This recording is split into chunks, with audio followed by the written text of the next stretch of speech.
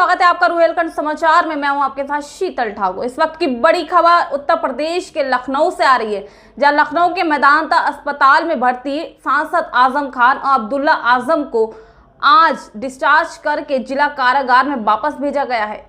दरअसल 9 मई को स्वास्थ्य खराब होने के कारण आजम खान और अब्दुल्ला आजम को लखनऊ के मेदांता अस्पताल में भर्ती कराया गया था, जहां आज पूर्ण रूप से स्वस्थ होकर आजम खान और अब्दुल्ला आजम को पुलिस की देखरेख में जिला कारागार सीतापुर में भेजा गया है। ज्यादा जानकारी के लिए हमारे साथ जुड़े हुए हैं मेदांता हॉस्पिटल के डायरेक्टर राकेश कपूर जी।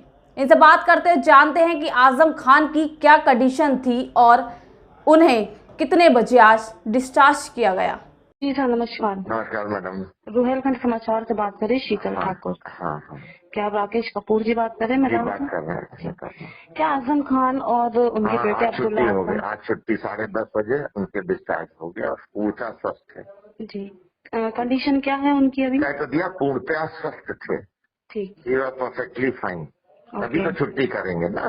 जी जी, ठीक, ओके, 10:30। ठीक, थैंक यू। इस मामले में ज्यादा जानकारी के लिए हमारे साथ जुड़े हुए हैं हमारे एडिटर रवि सक्सेना जी के साथ भाजपा नेता आकाश सक्सेना। रवि जी, बताइए कि आजम खान के बारे में आकाश क्या कह रहे हैं? शीतल, मैं आपको बताऊं कि आज मेदांता हॉस्पिटल से आजम खान को सीतापुर जेल के लिए भेज दिया गया है। ये सारा माजरा आजम का ड्रामा तब ख़त्म हुआ जब रामपुर की कोर्ट एक्टिव हो गई। कोर्ट तब एक्टिव हुई जब कल तारीख थी और जो शिकायत करता थे भाजपा के वरिष्ठ नेता आकाश कुमार सक्सेना, उनसे जानेंगे कि पूरा माजरा है कि आजम किस तरह का ड्रामा करते हैं और हनी जी जो केस चल रहा है वो क्या है। देखिए, मेरे द्वारा जो मामले दर्ज करवाए गए थे, चाहे वो जन्म प्रमाण पत्र का मामला रहा हो या पैन कार्ड का हो या पासपोर्ट का हो, इन सभी संगीन मामलों में आजम 26 फरवरी 2020 से जेल में बंद हैं, जिसमें उन्होंने अपनी हाई कोर्ट में भी जमानतें लगाई थी, वहाँ से भी खारिज हुई हैं। मामला अब सुप्रीम कोर्ट में है। इस बीच कोरोना के रहते उनको सीतापुर जेल में शिफ्ट किया गया था। तो कल जो MP MLA कोर्ट रामपुर है वहाँ पर ट्रायल शुरू हुआ था।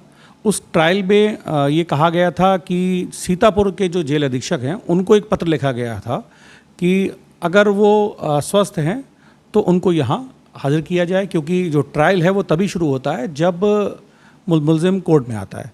तो उसकी हमने मांग की थी, कोर्ट से वहाँ से पत्र गया है। तो मुझे लगता है उसी चीज़ का एक ये प्रक्रिया है, उसी के तहत ये सब कार्रवाई चल रही है।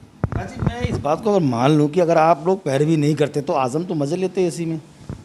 देखिए, हमेशा ध्यान रखिए, मुकदमा नहीं हारता है, पैरवी हारती है, और मुकदमा नहीं जीतता, पैरवी जीतती है।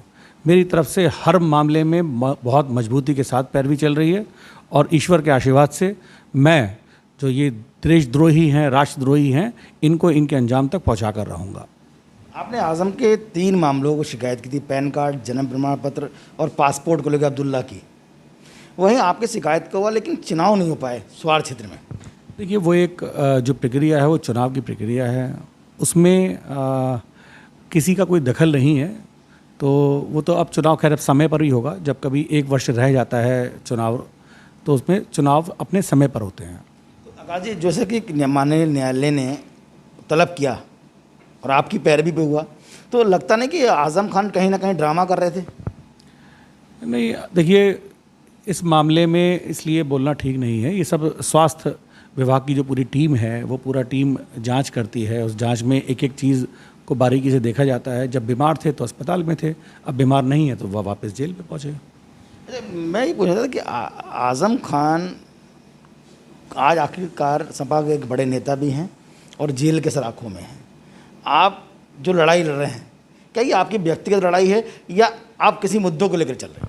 देखिए, ये लड़ाई रामपुर के गरीब, रामपुर के दलित, रामपुर के वो मुस्लिम जिनकी ज़मीनें आज़म ने ज़बरदस्ती हाथों की उंगलियां तोड़ तोड़ कर रजिस्ट्री करवाई थी, ये लड़ाई उस तबके के लिए लड़ाई लड़ रहा हूँ। और हर मोड़ पर मैंने ये लड़ाई जीती है। जिसकी जो ज़मीनें थी, चाहे वो दलितों की ज़मीनें रही हों, चाहे वो गरीब मुसलमानों की रही हों या और किसी की ज़मीनें रही हों, उस ज़मीन को राजस्व विभाग से लड़ा और वो लड़ाकर आज़म के चंगुल से छुड़ाकर उनको वापस दिलाने का काम किया है। जी, एक चर्चा ये भी है कि आपने जैसे अब्दुल्ला आजम के खिलाफ आवाज़ बुलंद की है, तो कहीं ना कहीं आप स्वार्थ से भी तैयारी कर रहे हैं।